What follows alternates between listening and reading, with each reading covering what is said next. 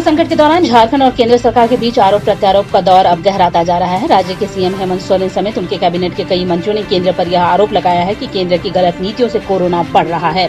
इस बाबत झारखंड में प्रतिपक्ष पर बैठी भाजपा की सरकार के रवैये से आक्रोशित हो रही है। प्रतिपक्ष के नेता बाबूलाल मरांडी ने पत्र लिखकर मुख्यमंत्री से कोरोना संक्रमितों की पहचान करने के लिए अत्यधिक टेस्टिंग और ट्रेसिंग करने की सलाह दी है। उन्होंने कहा कि झारखंड में कोरोना के 14,000 से अधिक टेस्ट लंबित हैं। प्रवासी मजदूरों को ट्रेन और विमान से लाया जा रहा है। उनकी जांच तो हो रही है, पर वैसे सैकड़ों मजदूर जो पैदल अपने घरों तक आए हैं, उनकी जांच कब और कहां की गई? ऐसी लचर व्यवस्था से कोरोना की जंग कैसे जीती जाएगी? अपेक्षित जांच और कॉन्ट्रैक्ट ट्रेसिंग नहीं होने से यह स्थिति उत्पन्न हो गई है। अनलॉक 1 में जिस तरह से लोग घूम रहे हैं, उस पर प्रशासन तक का ध्यान नहीं है। स्वास्थ्य मंत्री से लेकर पेयजल और स्वच्छता मंत्री तक एक से एक बयान दे रहे हैं। बयानबाजी और सोशल मीडिया में पोस्ट ट्वीट करने से कोरोना की लड़ाई नहीं जीती जा सकती है।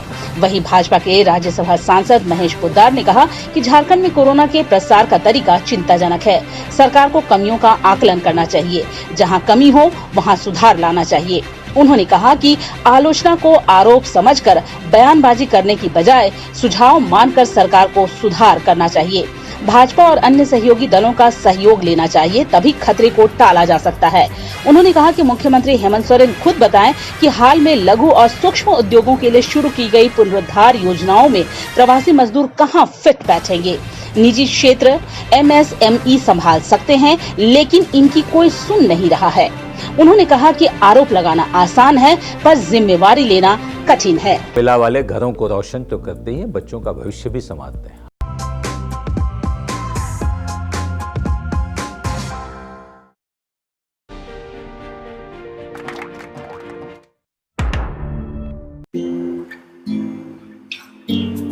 हर घर चुपचाप से ये कहता है, अच्छा लगता है जब सब कोई अंदर रहता है। Stay home, stay safe, Asian paints.